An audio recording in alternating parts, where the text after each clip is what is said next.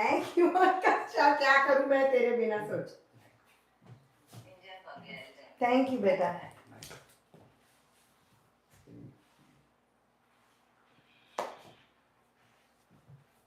પણ આમાં મને ખબર નથી પડતી ને કે લોકો આવવા લાગ્યા કે નહીં કે કંઈ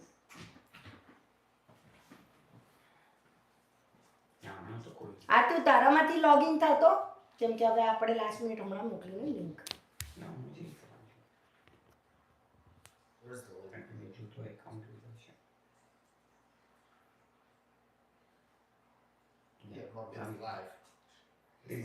It is live, but you see me? Okay. But are there people or no? It is delayed. There's people. No, it says one. Oh, then it might be off then because there are two. Because I'm on it. Okay, so people will come. Yeah. So day 3, Nav Durga, our Nav Durga series. Jayambe, welcome. Thank you so much for coming and giving me the opportunity to be able to be instrumental and sharing lovely messages that hopefully will help all of us in some way or the other. We did 2 days earlier. Atif, can you bring my book from there? My white purse. Can you bring my white bag? So we did, the first one was Ma Shailputri and then the second one was Ma Brahmacharini. And now we'll do Ma Chandraghanta. And this is about the strength and courage.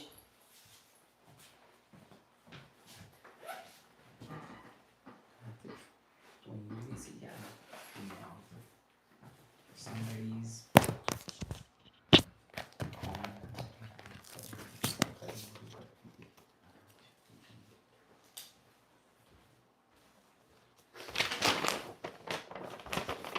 Okay, so Chandraghanta is the main traits and qualities of that form is courage and beauty. And the blockages that we have that actually stumps our growth and allow us, which does not allow us to embody Ma Chandraghanta, is the fear of judgment.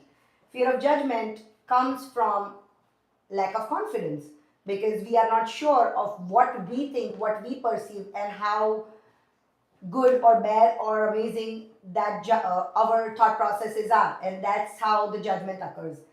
The judgment also comes out of the basis of just sheer conditioning. If we have been conditioned into believing certain beliefs and we have a certain perception, so it's the same thing that we were talking yesterday about the lens. We wear that lens, that the lens is of that paradigm. If you wear a yellow lens and you see a green grass, it's still going to be a different color. Or if you are wearing red glasses and you're looking at a white door, your door is going to look like a pink or red. That's the filter. So that's the filter that all of us have constantly been wearing since we have born. So if we have a judgment even against us, right? Because we see ourselves in a certain way. And if we see ourselves in a certain way, and if that certain way is not in alignment with other people you know, you are going to be afraid of, or you will have that fear or insecurity of judgment that what are others thinking? Maybe others are not thinking anything. Most often times it's only us who's thinking. We really think that we are very important to everybody and everybody's all the time thinking about us. But the truth is, we are, including ourselves, right? Them and us. We are only always in the DMN mode. DMN is the default network mode. Default as in when your mind is not active, very consciously focused on something, your DMN is on. And the DMN is the self-referential. That means every time it's thinking about the self. So a lot of time we worry so much that how will others see me? But others probably are not seeing you. They don't have that much time or interest or energy that they will be using it up on you. They are only busy thinking about their own selves. So it's very, very, very important for all of us, first of all, to let go of that thought that somebody else is viewing me and then perceiving me, and I have to be a certain way to be able to prove them something or even prove yourself. Because the others, you won't think about how others see you until you see yourself with a lack, until you see yourself in a way where you feel you are not fitting the people, fitting the room, or fitting the whoever your relationships are, your friends are, or your workplace. So most oftentimes when we feel that we can't fit in, is that's the lack of confidence, and that lack of confidence leads to the fear of judgment, and that's what is blocking us. It also goes into overthinking and obsession. So what does it mean by overthinking? Overthinking about the same processes, what are they thinking of? So that's the biggest fear that most of us have all the time, that what are they thinking? How am I looking? How am I talking? What are they thinking? So that's such a loop that we all get stuck in oftentimes, that we get obsessed by that thought. That's the obsession we are talking about. So yesterday we spoke about the desires and that obsession. But this obsession is not that. This obsession is obsession about how others perceive me, and how do I fit in? How can I make it better? Or how can I change myself? Which we never do. We don't change ourselves, not for others, not for ourselves, which we should for ourselves, not for others, right? So we often don't worry about that, and we get trapped into that obsession of what others are thinking. And the last one is the flow state. Obviously, flow state and recognizing the abundance that's within. So, what is flow state? Flow state is something that you enjoy doing and then you completely forget everything around you. That's when you go in a flow state. So, flow state is the most important to allow you to rise that frequency. The frequency that we were talking about yesterday, that you have to, now we don't have that drawing, but if you all remember, we had frequency here is the core of the heart, and we are all somewhere up till here. You know, we have judgments for others, we have judgment for ourselves. Some people have guilt, fear, that goes all the way down. But if it's not so low, but even then, we probably are, all of us are mostly frequently, staying on this frequency. The goal is always to keep going up and keep rising the frequency. So that's why, and that's how you can do it, that you have to get off of that self-referential DMN, default network mode. Default is, anything is default when you're not aware, when it just switches itself, right? So that's what it does.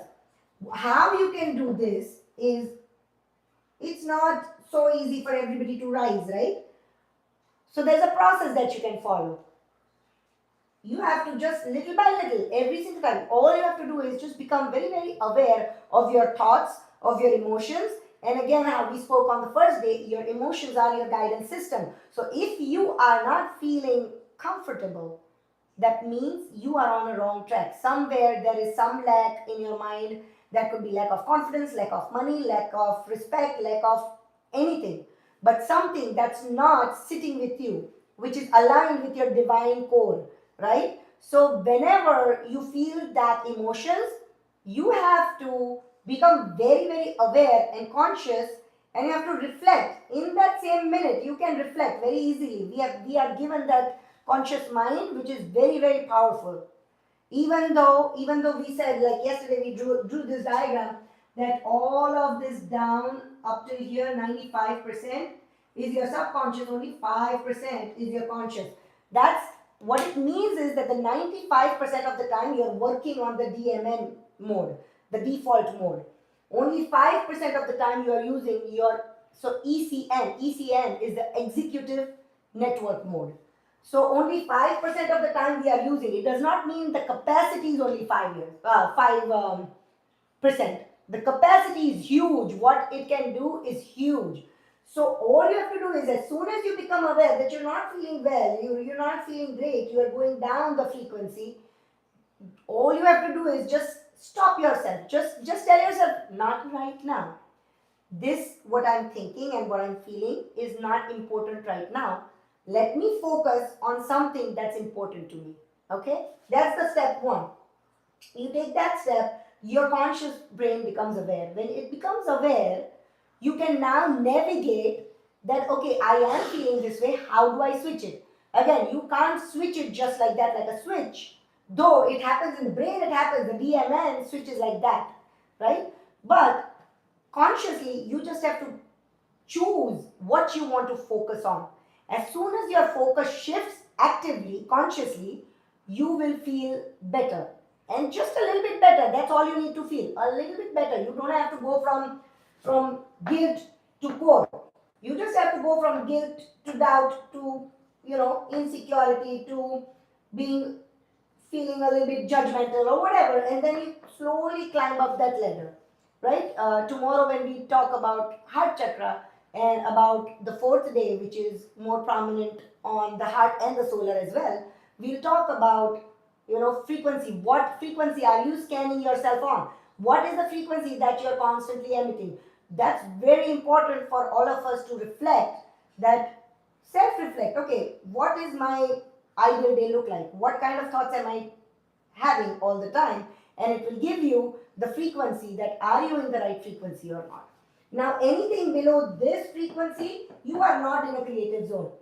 You come in a creative zone only when you rise up to here. Now, what does that mean? That does not mean, you see that some people have, aligned with money, but have not aligned with respect or love. Some people have life full of love, but they lack in money. So what does that mean? Does that mean that your frequency is up or down? What it means is that in relation to that particular subject, whether it is success, whether it is spirituality, whether it is love, whether it is respect, whether it is promotions, whatever it is, whatever you think your success is, your ideal life and your goal and your success, is that in alignment with the high frequency. So when you are meeting a new person and you have a problem of confidence, you may be vibrating on this frequency, but you have seen through your experience that, okay, making money is very easy. So when there is a project that comes in, that, or if there's a job or a promotion that's coming in, you are going to be maybe here very confident, very aware, very happy about, very excited about it.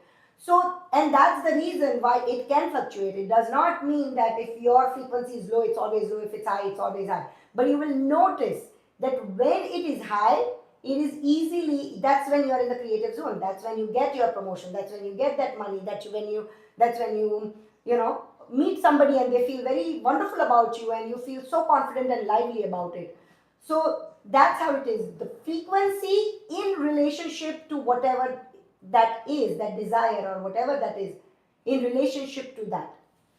Once you reach here, you are probably going to be kind of vibrating on a frequency from where you can attract everything, almost everything. But again, that also from coming from that belief, because we are not going to suddenly switch into this mode, right? It will still keep fluctuating, but you're not going to drop all the way down. You'll probably then keep fluctuating here.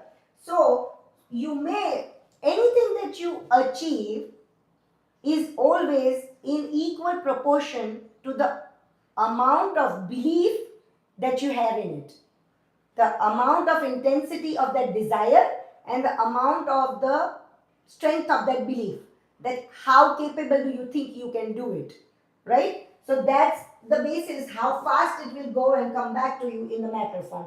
So when I say it goes, where does it go? This is your emotions.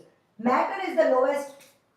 This is, say, matter. This is where you are manifesting, but this is where you are creating. And this is where you are taking actions. But you see this one in between, the 95%, that's our identity. So this identity has to and must align with whatever you want and whatever action you want to take. Until then, if this one, that's like a middleman. If the middleman is not in coherence or congruence with you or your desire or your decision, it won't let it act. It won't let the message read.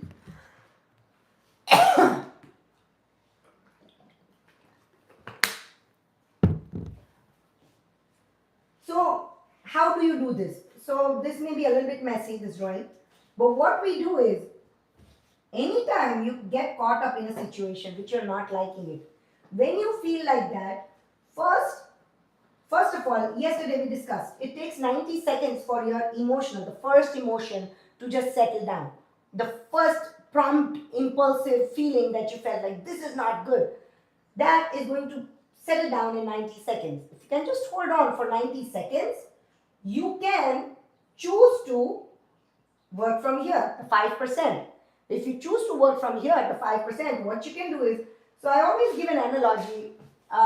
When you are in a field, say you are playing football or cricket or any sports, when you are in a field, because we are built of matter, physical body, and we can only see and perceive anything just with our senses, out of which one is eyes or everything, but eyes is the most prominent when you have to see something in the field, when you are in the field. Now when you are in the field, you can see here, you can maybe see here, you can see here, you cannot see behind, correct? So that is the reason I give this analogy that go on to the bleachers. Have you gone to the bleachers? When you are in the field, you cannot see everything, but when you go to the bleachers, your vantage point changes. You can now see, you were here, now when you lift yourself up, now you can see everything, the whole circle, right? The whole field you can see. And that's how you can detach yourself from that situation in that current moment. Does not mean you won't feel this again, or you are not feeling it. You are still feeling it, but you are able to hold yourself out of the equation, at least to the level where you won't just react to it. You will be thinking, feeling, but you're not going to react. So that's just the first step, okay? And as you practice this, so ECN, the Executive Control Network, right? The DMN is the default mode and E is the executive. That means you are in control. You know, like how the CEOs are, right? They are in control. So this 5% is your CEO. And here this ECN has written, that's your CEO. So you have to get out of the field, go climb up the bleachers, go look at here, look at this field from here. And that will give you an aerial vantage point. The more you practice, you are training your ECN. You are training, now this 5% is becoming more bigger and more stronger. One very, very good thing that you can do is, you can start, just introduce one small habit. Don't do big goals. Introduce one habit. But when you introduce that habit, make sure that you listen to yourself. Make sure that you follow through that habit. Because why I'm saying this? For example, I just take myself in the example, okay? I am not a gym person, right? When I say I'm going to go to the gym and then I don't go, so my old identity is stopping me from going. So what is an old identity? What is the ego shell does? What it does is it has to protect the identity, which means anything that is not comfortable to your identity, it will give you suggestions that will make it comfortable for the identity. Now the identity is the one that's below, right? It wants to rise, but the shell of the identity won't allow it. So the shell of the identity will say, oh, you are tired, maybe you don't need to go today, maybe you can do something else today. Something else is very important, it needs attention, you should do this tomorrow. That's the old identity doing. But your conscious self, so old identity is the DMN, but your ECN is the new identity. That's the person who decided that, oh, well, I think working out is good for me, so I want to do it. Oh, I want to be going on to the bleachers where I am caught up in the field. That's the decision made by the ECN, right? But once, twice, thrice, if the ECN decides and the DMN takes over and you don't act upon it, the ECN thinks, oh, it's always the DMN that can take charge. So it's very, very important that make a small habit change, shift that, and then just, it can be so much so that it can be as little as just drinking a glass of water. I'm going to drink a glass of water 20 minutes before my meal. Or I'm going to just do 10 minutes, just 5 minutes of stretches every afternoon. No matter what you decide, a very, very mini habit. And when you make such small mini habit shifts, because it's easy. When you tell yourself, when I tell myself, oh, I'm going to work out for an hour and I'm going to go every single day, it's so hard for me because that's my old identity, it pulls me down. But when I started making that shift, I wake up now at 5:30 and do my gratitude for 4 hours. But if I, day one, if I thought that, oh, I'm going to write 4 hours of gratitude, wake up at 5, I would not be able to, I would never take that step, right? But a little bit of a shift is fine. The more shifts you make, it's like a guest. You know, when the guest comes in once, twice, thrice, and then we don't entertain the guest is going to feel insulted, right? The guest is going to stop visiting you. That's the same thing. That's what the DMN is. The ECN takes charge once, twice, thrice. If every single time, even if it's a small thing, but you're listening to your ECN, the DMN feels insulted. It feels that, okay, I don't think I have control over it. So a little by little, step by step, it'll start decreasing the amount of interference that the DMN brings in. So your old identity will stop interfering into the business of the new identity. Then whatever decision that is of the new identity, it will not try to every time come in the way and try to shift what the new identity is trying to do. And this is so beautiful. When I was writing, I was surprised what I wrote, but it's very beautiful. So decide on a small habit and then repeat it enough times. The more times you repeat, the more stronger you get, your belief gets stronger. So if I went to the gym, or if I did 10 minutes of workout today, then tomorrow I'm going to be more, that's all right, that's fine. If the first day I feel confident that I was able to do 5 minutes of stretches, the next day I don't need to even make it 10. The next day I can just sustain it for 5, the 5, and by the week 2 I will be confident to make it 15, right? And that, why does that happen? Now your confidence is building. Now you are feeling that you can do it, right? So that you can do it is just a little bit of push over here, right? A small habit shift. And then that leads to progress and growth. Why it leads to progress? Because now that you consistently did it for a few days, now it's comfortable for you. So you don't feel, oh, I have to go, I have to do it. Now your body, your mind, everything is getting in the rhythm and you're okay to do that. It's not that big of a task for you. So then you constantly do it. The more you do it, now you feel there is progress, right? You feel, oh, yesterday I'm so much better today than I was last week. That progress, what does it do? It releases the dopamine. Dopamine, and there are other chemicals, the hormonal chemicals. I'm not very sure of those names, but it activates. So progress activates your reward system. What is your reward system? So if you see sometimes, like, if you're very tired, not up to the mark, you're not feeling good, but you pick up a task, and it can be a small task, actually, even that one. You can just clean up your desk and you'll feel so good about it, right? That is progress. You feel that progress and it releases those chemicals.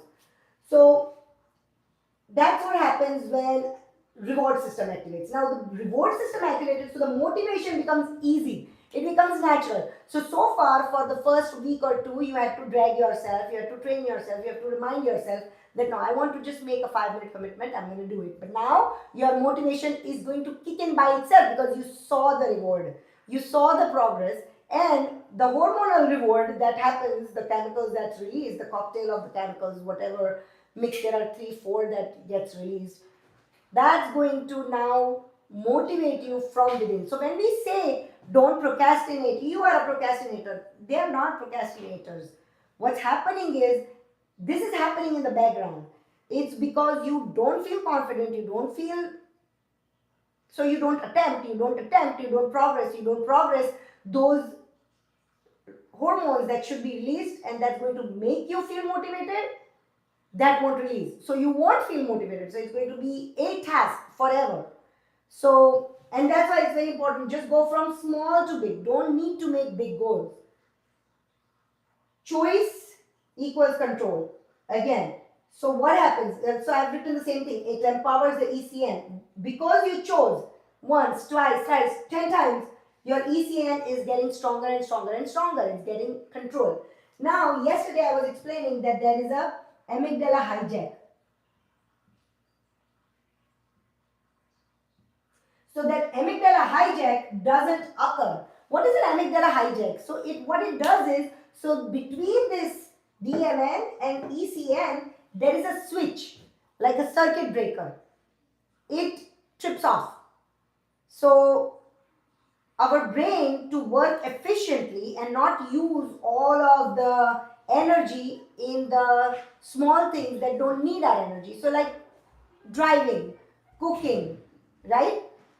Those are subconscious processes. You can do it because you've practiced it enough times, so your DMN is on. You can just, lot of times it happens, right? You are going somewhere and then you suddenly realize, oh, did I take the turn? Did I miss the turn? Why? Because your mind knows that where you have to go, right? And it's the same thing. It will sometimes happen that you will decide that you want to go somewhere, but your DMN, so maybe your wife told you to go get the grocery, or your husband told you to go do something, and you started off thinking that, yeah, I have to finish that task, but your DMN is active and somehow you just go automatically and reach home directly without noticing that you were supposed to stop by in between and do something. Why is that happening? Again, DMN. So DMN is active when there is not something that's very important for you to act upon. Like I said yesterday, the smoke alarm. If the smoke alarm goes off, you know that there is something that you need to do right now. I cannot be teaching this class. I should be running, right? That decision is made by the SN switch, the salience switch. Salience just means it's going to decide the priority. What is the priority right now? Where should all your attention go? And if it is survival or protecting your identity or protecting your body physically or identity mentally or your emotions, any part of it, if the identity feels the threat, it's going to switch on. The amygdala will hijack the ECN and it will switch, it will switch to the DMN mode, but it will not let it switch back to the ECN because it's not trained that way. But if you are constantly making those habits and changing everything, then you are going to slowly empower ECN. So if the ECN decides, it can tell your SN that, hey, it's not a big deal. It's not something that's scary that you got to, get all flustered. Just be, let it be. And ECN can take control. That's how it gets empowered. So imagine, so small, such a small thing. You start and it can lead you where? That when you keep consistent, you are going to see more and more results. When you see more results, now people start telling you, right? Oh, so say for example, I'm going to gym. Oh, you looks like you're going to gym. Looks like you're losing weight. Looks like this. Now what is it? You're getting validations. Validations makes you feel confident of what you're doing is right. So say for example in a job, in a workplace or something, right? There is, say your boss or your colleague is always, they mess it up in their house, they have a problem, they come and then they take it out on you, right? And you get flustered and you'll be like, okay, this guy just has to do this all day, every day. Why? Like, it was not my fault in the first place, this, that, and that DMN starts to go on. Because then what you start to do is you start to bring everything that happened before also. Oh, that day also that person did that. The other day also he was doing that. When you take control, and if you have seen the changes yourself, so why did I give you this workplace example? So I'll give you an example of my gratitude, right? Slowly but surely, you rise your frequency, you start to become a person. When you start to go on the bleachers every single time, you're not reactive. Once you won't react twice, thrice, 4 times, 5 times, the 6th time, your boss or your colleague is going to notice, oh wow, this guy is never upset. Like, what is it? What's going on? They start to notice and they'll ask you, oh wow, there's a shift in you. There's something really nice in you, right? So, and maybe they won't say it, but they will stop yelling at you. They will stop, treating you the way they were treating you, right? So why does that happen? Because now they're noticing the change. Of course, their ego comes in the way. They want to maybe say, "Oh, you are doing a phenomenal job, and you have, shifted so much that it makes me now feel that I shouldn't be speaking the way I was speaking to you." Correct? Or for example, actually, a lot of parents and children go through this, right? Children have a different perspective, parents have a different perspective, and then we feel they're not understanding what we are teaching them, we are doing it for their good. They feel that, oh, my parents are not understanding, they don't even see where I'm coming from, and they're not even trying to do so. So, what is happening is we are just bouncing off of each other's energy, and nobody, either one, if nobody is aware that we are only bouncing off of each other's energy, then nobody is going to become aware and take that step out and get out of that reactive field, right? So that's very important. When you start doing that once, twice, thrice, you stop, you don't yell at your child, or you don't react how, and even though you may feel and you may lose it, but have you tried ever that you go and say, sorry beta, I didn't mean it that way, I just got, I didn't need to react that way. I've said that, I do that, I make mistakes, and then I go say sorry, and I try to see to it that if I was losing my control 6 times, in a day or in a week, now I lose 1 time in a week, and then hopefully it'll go away. So that's what you're doing. You have to just keep practicing and just trust the process, that little by little, if you are seeing those validations, and if you are seeing that others are noticing, because their behavior will change with you. Whether they say it or not, their behavior will change with you. And that's the big validation. When that validation happens, that's boosting your confidence, and that boosts your confidence so much that you want to now repeat it more. You want to keep doing what you are doing and continue that growth and that progress, and that's kind of what is going to lead you to that confidence, which will make you resilient. Now somebody else says, oh, these theories don't work, oh, raising your frequency doesn't work, oh, going to gym doesn't work, make just 10 minutes of stretch is not going to work. Now you're not going to be afraid of their judgment. Now you're not going to let their judgment affect you. Are you seeing how beautifully, just from here, it takes you to a place where you are more confident? Now you become resilient, so somebody's opinion does not affect you. And what does that do? That gives you the courage to sustain your frequency, to be able to go in the direction where you want to go, where you choose to go, not because somebody else will judge me, or somebody else will not like it, or somebody else will perceive me in a different way. So, how beautifully just making a habit shift can lead you to progress, to empowering you, to validations, to confidence, to resilience, to courage, right? And once you have that courage to stand up for yourself, to do what you are thinking is right for you, to see what's changed your life and keep doing that, now your inner light shines. It starts to shine so much that it starts to take over. It starts to take over the control that all this time your ego identity had that control on you. On you as in who? Who are you? You, the spirit, you, the conscious, this 5% ECN, right? The conscious brain. You who sees others and want to see to it that, oh, I also want to achieve that. I also want to do that, right? That you.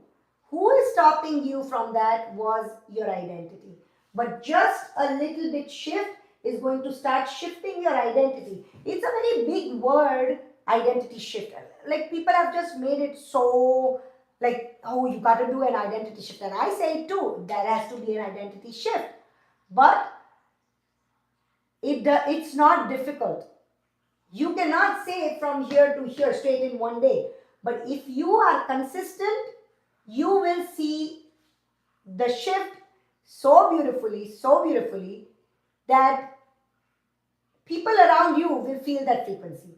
Now, what is an identity shift? So why are we talking about identity shift? We are talking about it because the Machandra Ghanta, like I said, it's about, she's the form that is teaching us to be courageous, right? And not afraid of other people's judgment. And to see that inner beauty. What is that inner beauty? That's the light within you. That is the self-worth. That you are meant for bigger things. You are not just meant to live in survival. You are not just meant to live your life according to what others want you to do. You are not just meant to live a mediocre life. You are not just meant to give up on your dreams. You are not. You are meant for bigger things. So that you who wants to achieve those big things, and I'll be a little bit more transparent or honest, right? It may pinch some people and it may not, but a lot of times when you see somebody achieving that, there are two reactions. If you can't achieve it, there are two reactions. One, oh, anyways, that's not for me. That's the first reaction. And then the second one is, oh, I think they must have just done something wrong and they got it. Especially this happens for money. Most often times, I've seen this very, very often, people saying that. And so it's not that the person who is not able to achieve it is lying. They really believe that. But why do they believe that? Because it's out of their reach. Most of the times. I'm not saying every single time. Like, I don't like to socialize as much. I used to love to socialize. Now I don't. That's just because my choices have changed. Right? But like my husband, he doesn't speak so much. That's because he's gone on a spiritual journey where he's keeping it, like he's doing less and less of talking, right? He wants to preserve his energy and use it in the spiritual growth. But when there is a dream somebody is accomplishing, if you don't bless that dream and you don't bless that person, and if you're jealous of that, or if it's pinching you a little bit, sometimes we don't even realize that it's pinching us. We'll just kind of react in a way, the grapes, or the, I don't know how many of you know the sour grape concept, but that's what it is. The sour grape is basically that I didn't get the grapes, so I'm just going to settle down and just convince my mind the grapes were sour anyways, I didn't want to eat it, right? That's one thing. And then the other thing is that when other people are rising, a lot of people, they are talking not good about them. And they'll see other things what's not good. Ask yourself, are you doing that? Because if you are doing that, you are only sabotaging your own growth. Because you are telling the universe that making money is not easy.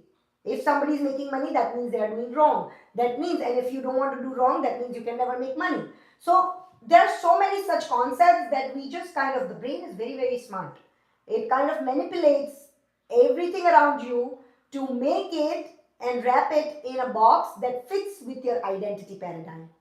And that's why identity paradigm is the basis of everything. Every shift that you want to make has only two bases that you can work on. One is gratitude and one is paradigm shift. Because by doing gratitude, you are just training your frequency, you are training your emotions to stay at a higher frequency. And by training your subconscious, your paradigm, your RAS, you are training yourself to get better and move in the direction of where you want to move, not where your beliefs are just dragging you, right? So that's how you go from repetition to resilience to courage and to not seeking, but finding that inner light within you. You have not found it completely, but now you can see it. So now you have a vision, now you have a goal, now you feel you can do it. So now we are going to take step further, correct? So that's what was, Janu, do we have time still? What's the time? I would actually love to have questions if there are any. Maybe I'll have to then turn the camera and go on the other side. But if there are questions, if there are anything that you understood, you didn't understand, or there's something that's different from this particular chapter, but if there is something that you would like to explain, ask and get explained on it, I would love to answer those questions. Should I go on the other side and check? Are any questions coming in? Are there people on there? Okay, but there is no questions? Okay, no problem. So I can go on with another one. So why did I say that everything, so everything, the creation is happening here, the action is happening here, and the matter is occurring here, right? So this is what you are seeing, what you are actually manifesting. But your manifestation, so all of us, what we are doing is, I can draw a bubble of resonance, and maybe it will help you understand a little bit.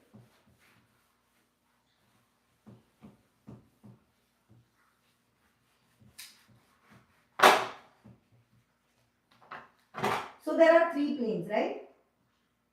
Matter, emotions,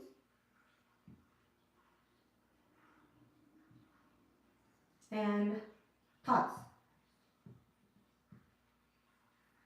These thoughts are the one that I said was the subconscious part of you, right? Or they are aligned with your conscious, then that's perfect, right? These thoughts are usually just a result of your beliefs and its rumination.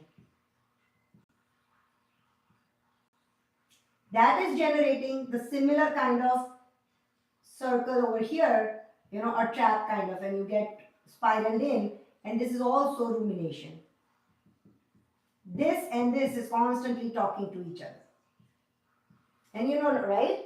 What does it say? Sad likes company, melancholy likes company. I don't know what it's like. Like thoughts, people like to talk with them, right? If same thing, like if somebody likes basketball, they'll go find a person who likes basketball, so they have something in common to talk about, and now they can talk for hours. That's what it is. This is the relationship. That's what they keep doing until you have risen that frequency. If you've risen that frequency, then this one will not agree.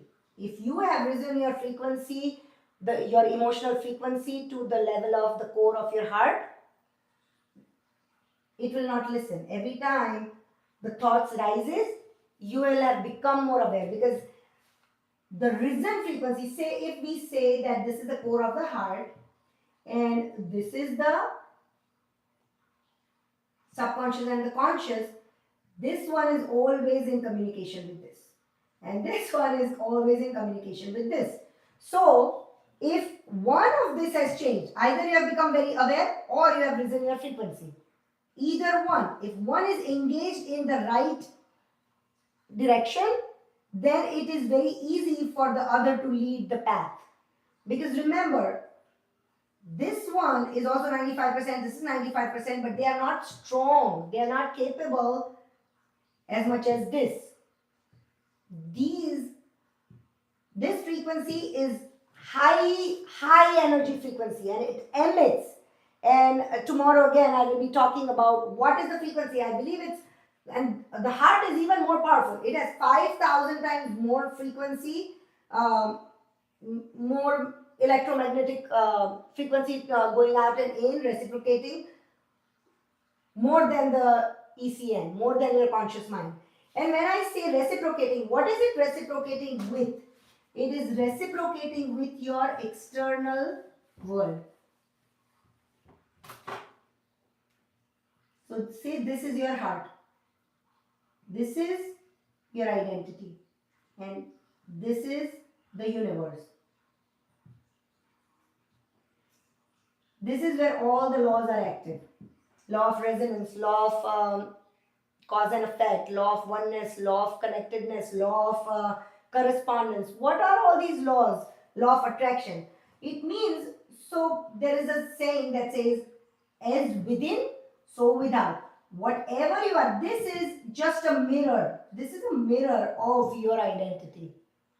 So if your identity has not found the core, or your thoughts have not aligned yet, now you are vibrating on a frequency and you are getting an exact, in the same proportion, you are getting the same kind of results. So if you keep complaining, you will have people you meet who are also complainers. If you keep thinking about and talking about gratitude, and if the other person does not vibrate at that frequency, they will either leave your environment or they have to raise their frequency. Nothing that is not in sync with your energy can sustain your energy. That's why it's very important, whether it's this energy or this, whether it's the core or whether it's the common emotions that are not a very high frequency emotions.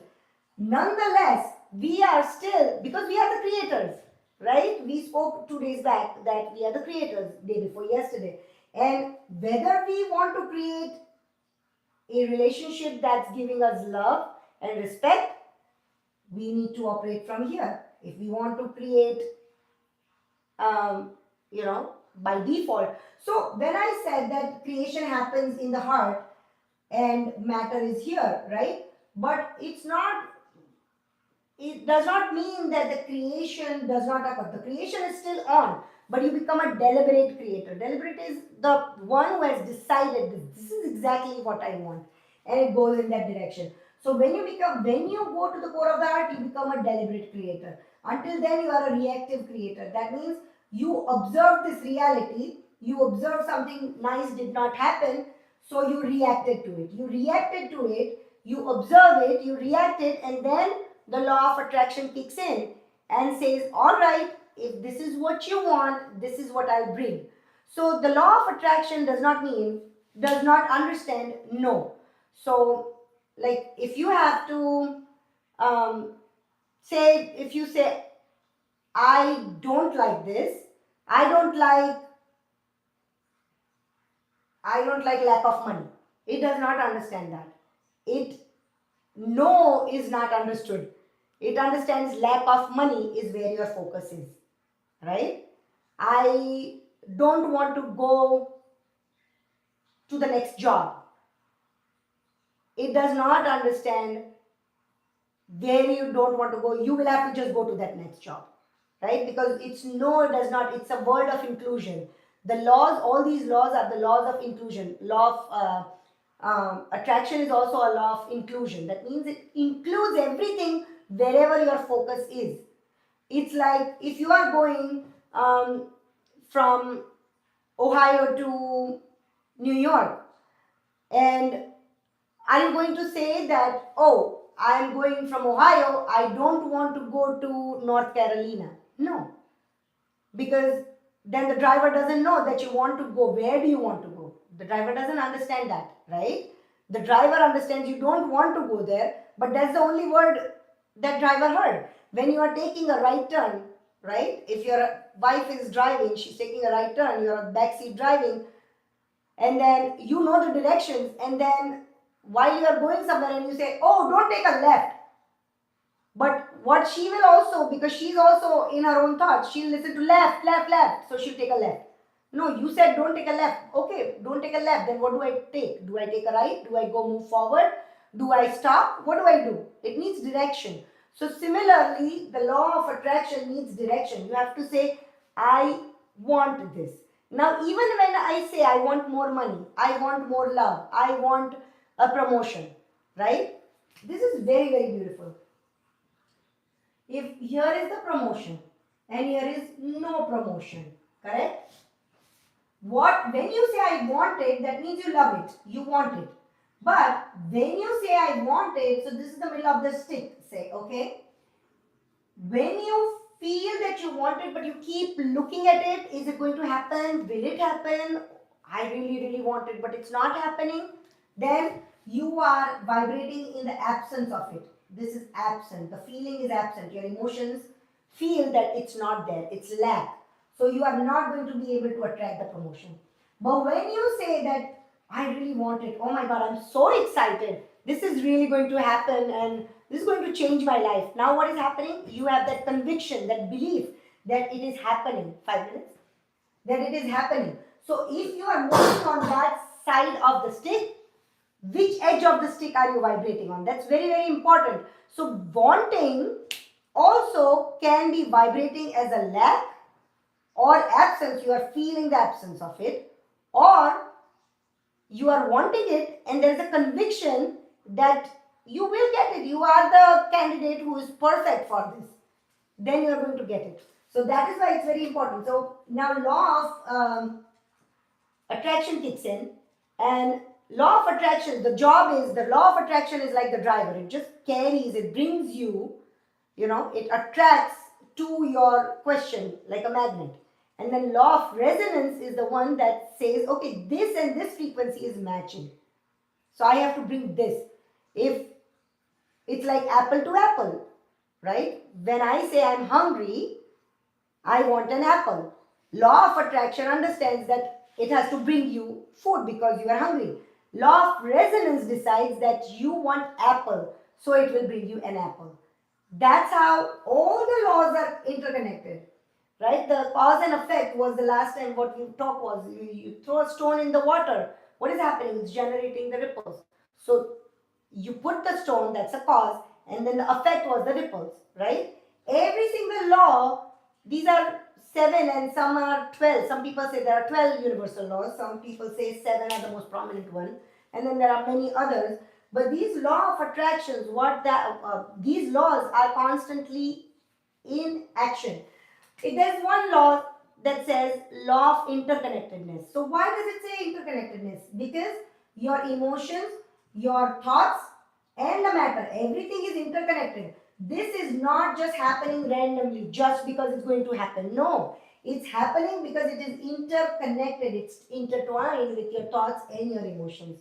Similarly, there is a law of oneness. What is oneness? The oneness with the union with the divine. That if you feel connected here, you can change everything here, including your emotions, your thoughts, and your matter, and the experiences that you're experiencing. I guess we are at the end of the class, and I would, I can keep going on and on and on, but if I start a new topic again, it's just going to keep going on. But I think it's been a beautiful class, it's been amazing. So, as much as, I have done, so I'm doing this workshop based off of Nav Durga, right? So, and I've not been talking about the Nav Durga story, right? Why am I not doing that? I'm not doing that because every Nav Durga story is actually our own story. What are we writing? We are writing our stories, and we all are the Nav Durga, all the 9 forms. All of that is in us. And that is why, because story, I know everybody knows the story of Nav Durga. Everybody can read it anywhere. You open Google one page and it's right there, right? But who is embodying Nav Durga? That's the goal. We all just read Nav Durga and do everything, we do the bhajan, which I love to do bhajan. I love to do Garba and play Garba and Navratri. But what are we doing within? Are we making any shifts, any changes to match that frequency of the Nav Durga form? That's the goal. Why this Chaitra Navratri comes, or why this Navratri comes? It comes as a announcement that here I come, and here comes the spring, the season of new blooms. So start your life fresh, and now embody me. You have it, I am in you. So you can choose to embody each and every trait that I have, each and every quality that I have, and you can depict yourself as Nav Durga. And you can rise to that frequency little by little, step by step, and understand how you can do that, so you become the Nav Durga yourself. The divine is within. We seek it outside, but it's within. For all of us, divine light, whether we call it a mother, divine mother, or whether we call it just the divine light, we call it Vaheguru, we call it Allah, we call it Jesus, whoever it is, it's all within. And that's why, so as within, so without. It's what you have inside is what you will radiate outside, and what you want to radiate outside is that light. And to do that, reading the stories and going for the bhajan kirtan only is not going to do anything. Are we cleaning ourselves internally? We do like Diwali and all cleanups, right? Diwali, Navratri, we clean the whole house. Are we cleaning the inside? We all, the people will wake up early, shower, and make their body clean, make their house clean, and then celebrate. But did we clean ourselves from inside? Did we remove any malice that we had for somebody else? Any jealousy when somebody made the money? Any anger that we had because somebody didn't listen to me? Any complaints or resentment that you're holding from years and years of, when it happened long back and you're just still hanging on to it, just weighing yourself down? Did we do that cleaning? That's the goal. I think that must have been already 5 minutes now. Um, and I'm very, very, very grateful to all of you for allowing me to do this, because as I am teaching and guiding and speaking, I am repeating those lessons for myself, and I'm also learning and I'm getting better at my lessons, at Ma's lesson rather, at the divine lessons that we have been all learning. So thank you very much, and it was a pleasure, and I'll see you tomorrow. Bye bye.